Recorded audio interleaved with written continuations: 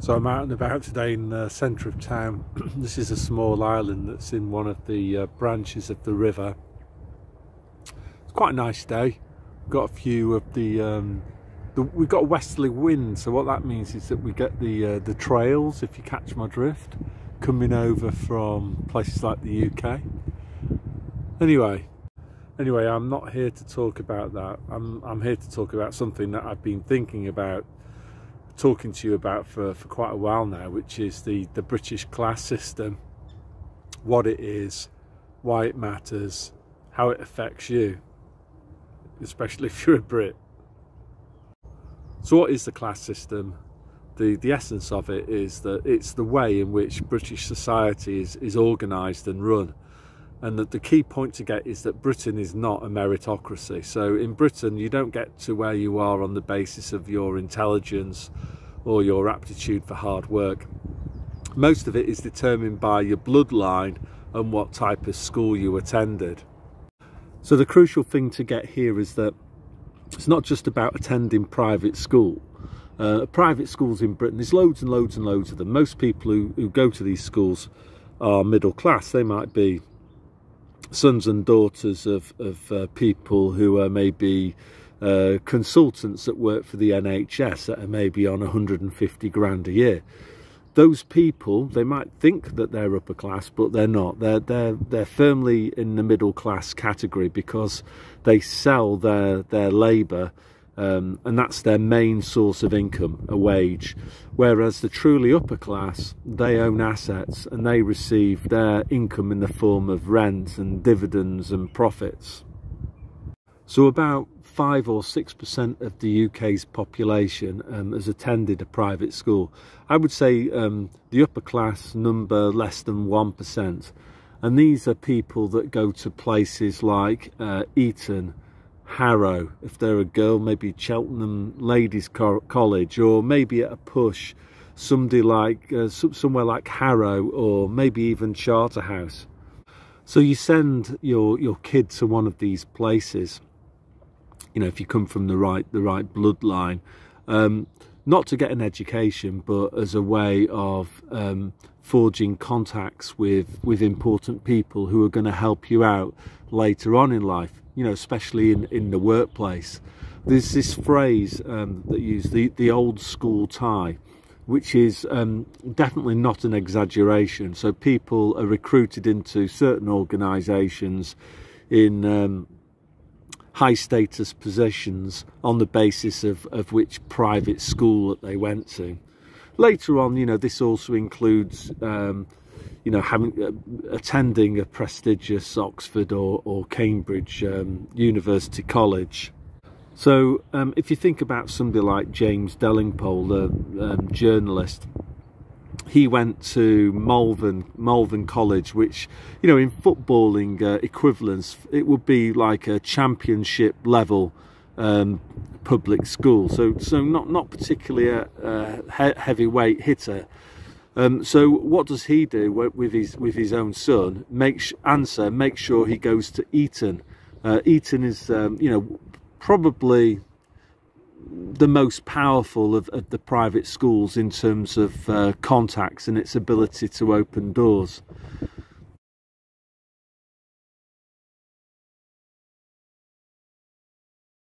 Most Brits don't really understand the class system at all. You know, what they'll get is sort of second-hand information from the BBC or some satire with John Cleese in. In fact, there was that classic picture of the class system epitomised via John Cleese and the two Ronnies. John Cleese being like the tallest, he's upper class, and Ronnie Corbett was the smallest, he's working class. And at the end, Ronnie Corbett, of this clip, you know, he says that he knows his place, which basically, summarising it, means that no matter how intelligent, you know, somebody like Ronnie Corbett is in the working class, no matter how hard he works, the British class system ensures that Ronnie Corbett will always be the lowest of the low. So the question you're asking is, what does a pleb from Rochdale know about the class system? Well, answer is, I knew nothing about it until I was in my mid-40s. You know, prior to that, I'd gone to a state comprehensive school in Rochdale. And then after that, I worked for it was 11 years at a state sixth form college. Then I worked for a private school, but this was, I would say, mid-championship level a private school. So you know, that was quite an interesting one. It was in Croydon, and basically nearly all of the kids there, probably about 70 to 80% of them, were basically hard-working, the kids of hard-working middle class. A lot of Asians, actually, a lot of self-employed Asians or hospital consultants, as I say so. But I had, after I worked there, I think I worked there for 3 years, still had no clue really about the class system, because I wasn't exposed to the upper class there. Anyway, went to Finland, came back, worked at another place, this time in Guildford. This is probably top of the championship, but still not into the Premier League.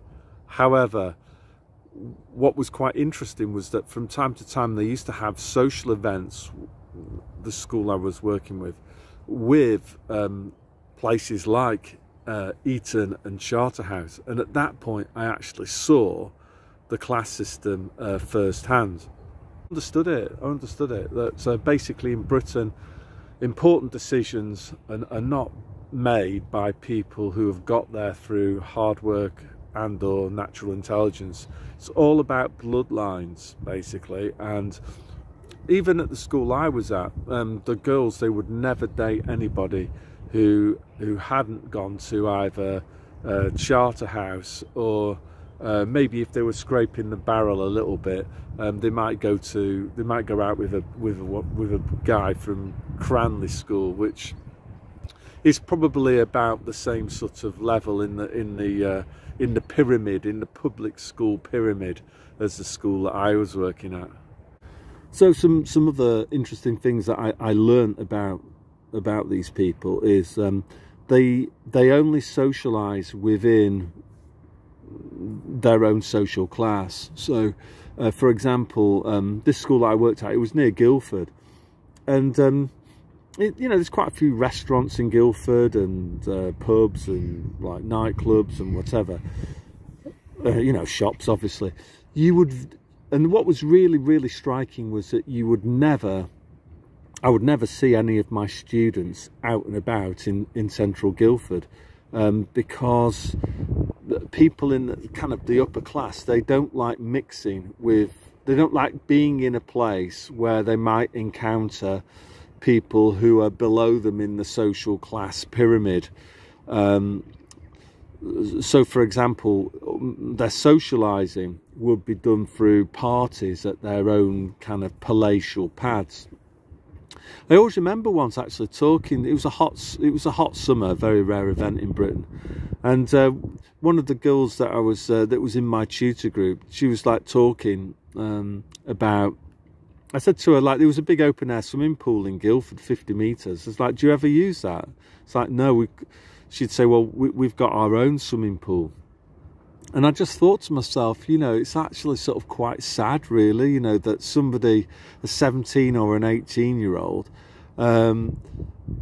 I don't know how many people she would invite round to her own swimming pool in her own kind of like back garden mansion or whatever, but you know, rather than mixing with ordinary people, they don't do that at all. They have this sort of loathing of the masses, and they want to try to stay away from them as much as possible. So they'll have people that do their shopping for them. They'll have, you know, the sort of Premier League ones will have people who cook their meals for them, go and get them things.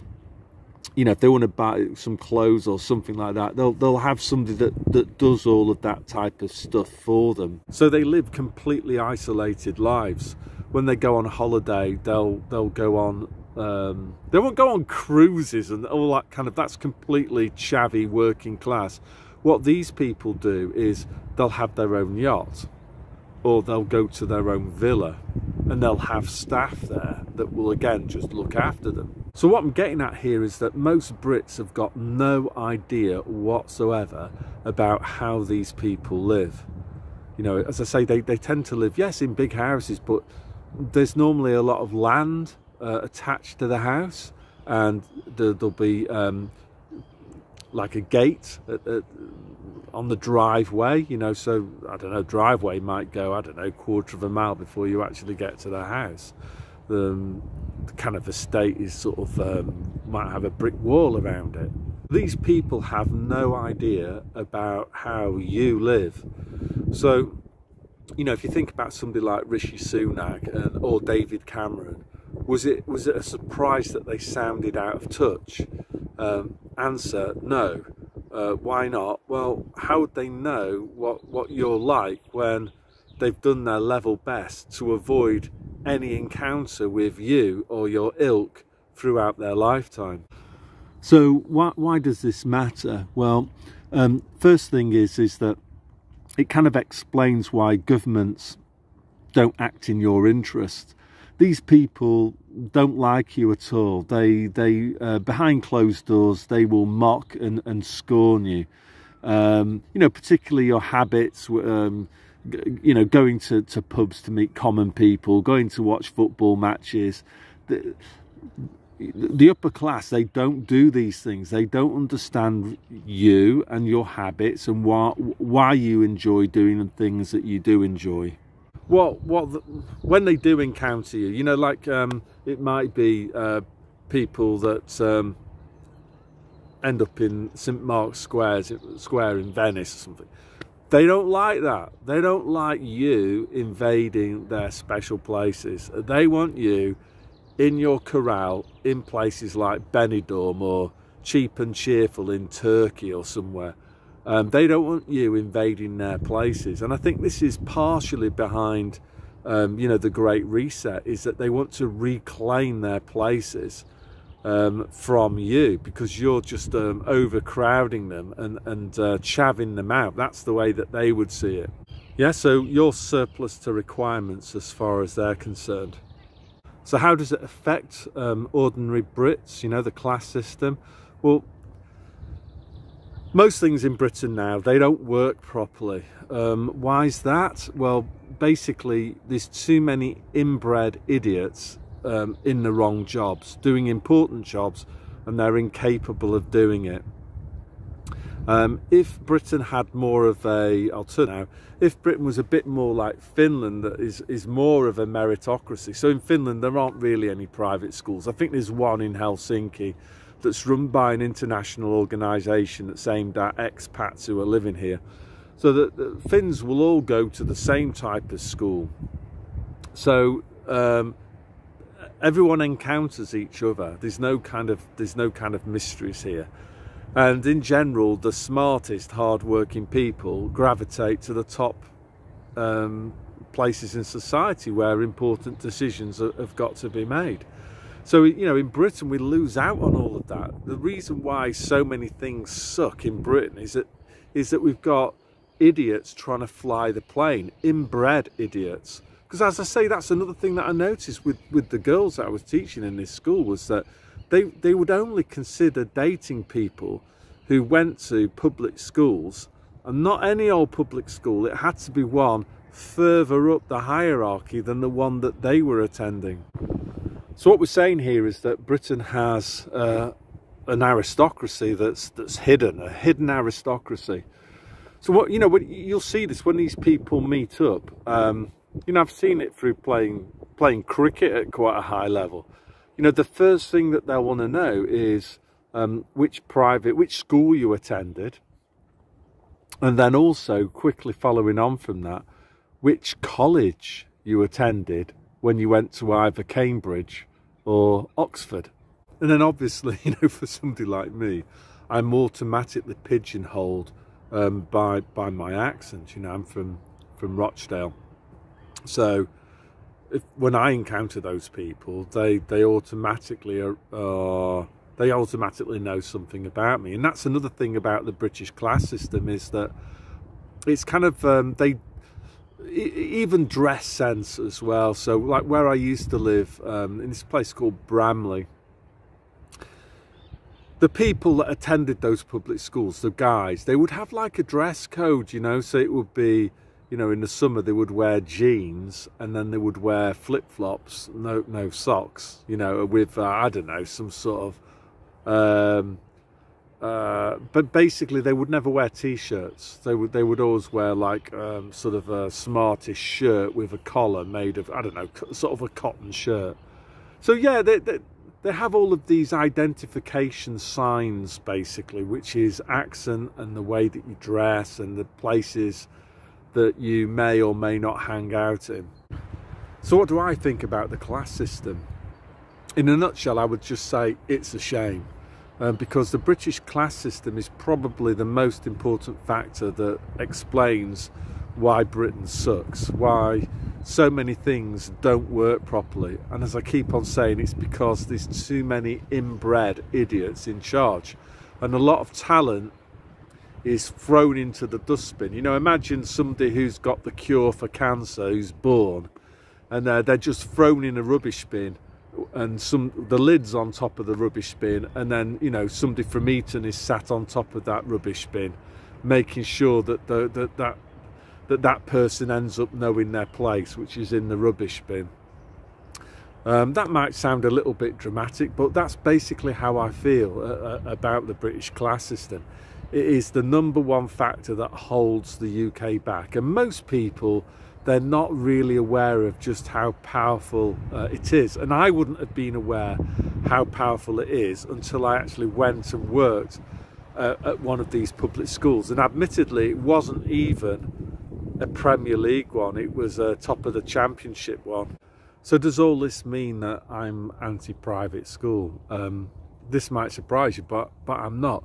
I think over the last 3 years in particular, it's been proven again and again and again that education is far too important to be left to the state to organise. You know, that the state gets corrupted, and then the state corrupts healthcare and education. So I'm actually in favour of education being left to the private sector to provide. But, you know, the great beauty of the private sector, of course, is that people can choose which type of education that they want. And if you had a fully privatised education system, then I would imagine that the quality of vocational education would improve massively, because to stay in business, course providers would need to produce a service that would actually help their paying customers. At the moment, you know, the government is funding it, so there's no incentive to make sure that what's provided is any use at all. There's nothing wrong with privately owned cooperatives, so education being delivered through locally owned, locally run, not-for-profit, privately owned cooperatives. That would work really, really well, I think. So how has DIVC 91, how has that affected the British class system? Well, from what just thinking about this, just thought about this now, is do you remember Harry Enfield? There was the Fast Show, and there was this character, Tim, nice but dim. That basically sums up a lot of these public schoolies that I encountered. Not particularly bright, and what they're taught above all else at the public schools that they attend is that they're to follow the rules, hug the consensus, and do as they're told. So on that basis, I would imagine that they've all been to the Britney Spears and the Boosters concerts, oh, I don't know, at least 3 times. So in the long run, who knows how many of these people are going to be around to pass on their genes in the future. Oh, and I know that sounds harsh, but it's not me that forced them to take this stuff. They chose to do it of their own free will. So, and I did try to warn them as well. So yeah, that's all I want to say today from sunny Finland. We've got just a big river that runs through Pori out towards the sea. So yeah, God bless.